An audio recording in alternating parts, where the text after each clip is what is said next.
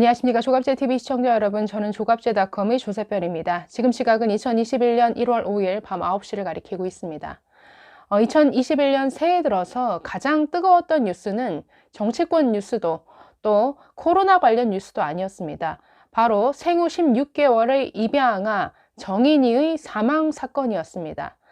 지난 2일 SBS의 시사 프로그램이죠. 그것이 알고 싶다에서 바로 이 정인이의 사망 사건을 다루었는데, 이 내용이 방송을 탄 이후에 아주 전 국민적 분노가 일었습니다. 자, 그래서 지금 각종 소셜 미디어에서는 정인아 미안해 라는 해시태그 운동이 이어지고 있고, 뭐 연예인들 뿐만 아니라 정치권까지 많은 사람들이 이 해시태그 운동 릴레이를 벌이고 있습니다. 그리고 이 정인이가 묻힌 양평 추모 공원에는 추운 날씨에도 불구하고 많은 시민들의 추모 발길이 이어지고 있습니다. 자, 이뿐 아니라 이 사건을 조사했던 서울 양천경찰서에는 아주 많은 비난과 비판이 쏟아지고 있어서 그 해당 경찰서 홈페이지는 거의 뭐 마비 상태입니다. 자, 이 정인이 사망 사건은 지난해 10월 생후 16개월의 이 정인이가 3번의 심정지 끝에 응급실에서 숨진 사건이었습니다. 입양된 가정의 양모인 장모 씨로부터 상습적인 폭행과 학대를 당한 끝에 장내 출혈로 사망에 이른 것으로 조사됐습니다. 그래서 지금 이 양모는 아동학대 치사 혐의로 구속 기소가 됐고, 양부는 이 학대 사실을 알고도 방조한 혐의로 지금 불구속 기소가 된 상태입니다. 네, 저도 지난 2일 방송 내용을 시청했습니다.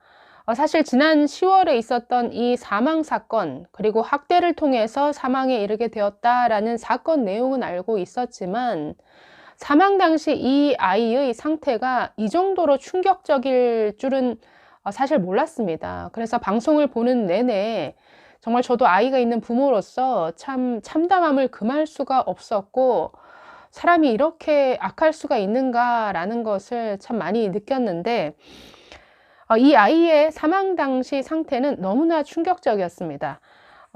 췌장이 잘린 상태였습니다. 췌장은 이 복부 안에서도 굉장히 깊숙이 자리한 장기이기 때문에 웬만한 충격에 의해서 이 췌장이 파열되지는 않는다라고 하는데, 이 췌장이 파열될 정도면 이 16개월짜리 아이에게 가해진 이 폭행과 어떤 충격의 강도가 너무나 강했을 거라는 이런 지적이죠. 그래서 이뿐 아니라 이 아이 뱃속 가득한 것은 피였습니다. CT 촬영을 했는데 복부에 출혈이 가득했고, 직접적인 사인은 이미 찢어져 있던 장기가 이 사망 당일 한 번 더 강한 충격이 가해지는 바람에 완전히 한 번 더 파열이 되면서 큰 출혈이 동반되어서 사망에 이르게 되었다라고 의료진들은 이렇게 진단을 했습니다. 자, 이뿐 아니라 이 아이의 몸을 엑스레이 그리고 CT 촬영을 했더니 갈비뼈를 포함해서 온 몸이 골절투성이었습니다. 골절도 뭐 한 번 이루어진 것이 아니라 뭐 수개월 전에 부러졌다가 치유된 이런 흔적도 있었고, 그렇기 때문에 아주 장기간에 걸쳐서 충격에 따른 골절과 회복이 계속 반복되어 왔다라는 것이죠. 뭐 온몸은 멍투성이 상처투성이었습니다. 그리고 16개월 여아이 몸무게가 8kg에 불과했습니다. 평균적으로 16개월 몸무게는 10.5kg를 넘는데 거기에 너무나 미달하는 이런 몸무게였습니다. 또 이 방송에는 당시 응급실에 실려왔던 정인이를 직접 치료했던 전문의도 나와서 발언을 하는데, 당시 CT 촬영 사진 그리고 엑스레이 사진을 보면서 피가 거꾸로 솟는 듯 했다라고 말했습니다. 이 정도 사진이면 교과서에 실릴 정도의 아동학대다라고 이렇게 말하는 것을 봤습니다. 그 정도로 이 사진이 말해주고 있는 이 아이의 상태가 너무나 충격적이고 너무나 심했다라는 것이죠. 복부는 출혈로 피로 가득한 상태였고, 장기는 찢어진 상태였고, 온 몸은 골절투성이에 상처투성이, 그래서 저도 보는 내내 참 마음이 좋지 않았습니다. 자, 그래서 정인이를 이렇게 잔인하게 학대한 양부모에게 쏟아진 분노야 뭐 말할 것도 없죠. 그러나 이 분노는 또 경찰을 향했습니다. 왜냐하면 이 정인이를 살릴 기회가 3번이나 있었다라는 것이죠. 3차례나 학대 의심 신고를 받았습니다, 경찰은. 그런데 번번이 경찰에서 무혐의로 사건을 종결하는 바람에 결국은 이 사망을 막지 못했다라는 것이죠. 그래서 그 책임을 묻는 아주 비난의 목소리가 지금 경찰로 향하고 있습니다. 이 양부모의 학대를 의심한 신고가 3차례 있었습니다. 지난해 5월에는 정인이가 다니던 어린이집 교사들이 몇 주간에 걸쳐서 아이가 계속 상처투성이가 되어 오다 보니까 그 상처난 자리를 다 사진으로 찍어 놨다가 경찰에 학대 의심 신고를 했습니다. 그러나 경찰은 그냥 양부모의 변명만 듣고 그냥 조사를 끝내버렸습니다. 또 6월에는 지나가던 이웃 주민이 더운 날씨에 혼자 승용차에 안에 방치되어 있던 이 정인이를 발견하고 신고를 했죠. 그러나 경찰의 대응은 전과 같았습니다. 또 정인이가 사망하기 20일 전에는 소아과 전문의가 112에 신고를 했습니다. 전문의가 보더라도 이것은 학대가 분명하다라는 것이죠.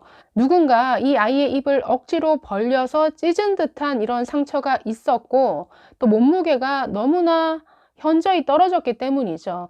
그래서 해당 전문의는 아주 강력한 조치를 요구하면서 경찰에 신고를 했는데, 그러나 3번째 신고에도 경찰은 입에 염증이 생겨서 잘 먹지 못한 것이다, 그래서 몸무게가 이렇게 낮은 것이다 라는 이 양부의 주장만 철석같이 믿고 무혐의 처분을 내렸습니다.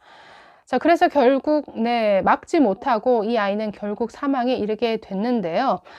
그래서 지금 4일, 5일 이 경찰청 홈페이지에는 이 사건을 맡았던 서울 양천경찰서 담당자들에 대한 경질을 요구하는 비난의 목소리가 아주 가득합니다. 양천서 홈페이지에도 뭐 아이 죽인 공범이다, 서장은 물러나라 라고 하는 이런 비난의 글이 쇄도해서 한때는 서버가 다운되기도 했습니다.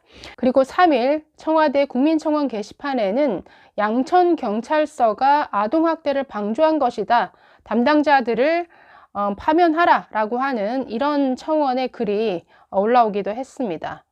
자, 이 사건과 관련해서 이것이 워낙 국민적 분노로 커지다 보니까 뭐 4일, 5일 계속해서 정치권에서도 뭐 여야를 막론하고 이 사건에 대한 뭐 추모의 목소리, 또 대책 마련을 촉구하는 이런 목소리가 많았습니다. 자, 문재인 대통령도 이 사건에 대해서 발빠르게 한마디 했습니다. 문제는 문재인 대통령이 이 사건에 대해서 언급을 했는데 그에 대한 국민들의 반응이 그닥 좋지 않은 것 같습니다. 자, 문재인 대통령은 4일 이 사건에 대해서 매우 안타깝고 있을 수 없는 일이 일어났다, 입양 아동 사후 관리에 만전을 기해야 하며 입양 절차 전반의 공적 관리 감독 지원 강화가 필요하다라고 이렇게 밝혔습니다. 자, 그런데 문재인 대통령의 이런 발빠른 언급에 대해서 국민들의 반응은 굉장히 싸늘합니다. 또 숟가락 얹는다, 불리한 일에는 나서지 않다가 이런 감성팔이하기 좋은 사건에는 이렇게 빨리 나서서 또 한마디 거둔다, 뭐 이런 식의 반응이 많았는데요. 한번 그 기사에 달린 댓글 한번 정리해 보겠습니다. 자, 한국일보 기사에 달린 댓글, 공감을 많이 받았던 댓글 한번 보겠습니다. 다 좋은데 코로나 긴급 상황일 때나 추, 윤 갈등 때나 국가 위기 때는 숨어 있고 이런 감성팔이에 나오는 모습 정말 역겹네요. 정인이 사건은 그것이 알고 싶다를 보면서 눈물을 흘렸지만 문재인 저러는 거 보니 진짜 역겹다.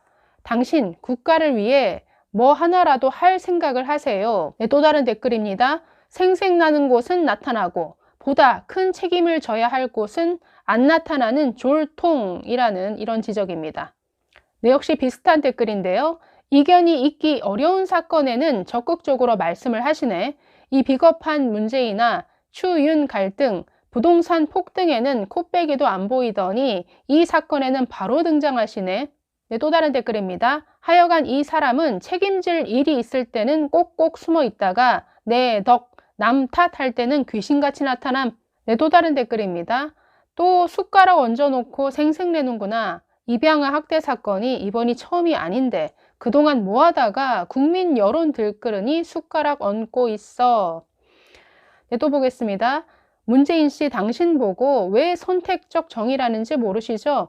인권 변호사 출신이고 정치하기 전에 재소자 인권 유린이 심각하다며 추미애 씨 비판하고 젊은 시절 칼럼도 쓰셨던 분이 동부구치소 집단 감염에 한마디도 안 하고 홍콩 민주화 운동의 전 세계 국가들 정상들이 중국 정부의 홍콩 시민 탄압을 규탄하며 성명 낼 때도 당신은 한마디도 안 했지요. 언제나 정치적 판단으로 세월호 사건, 정인이 사건처럼 숟가락 얹는 거 너무 역겹고 비겁하다 생각이 들지 않습니까? 당신의 선택적 정의가 결국 지지율 이탈하는 이유입니다. 국민들은 바보가 아니에요.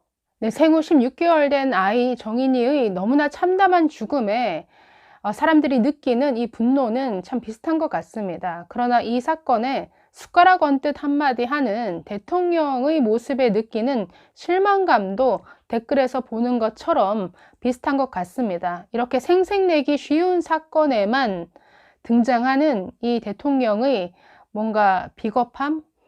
이런 모습에 굉장히 실망감이 큰 것 같습니다. 감사합니다.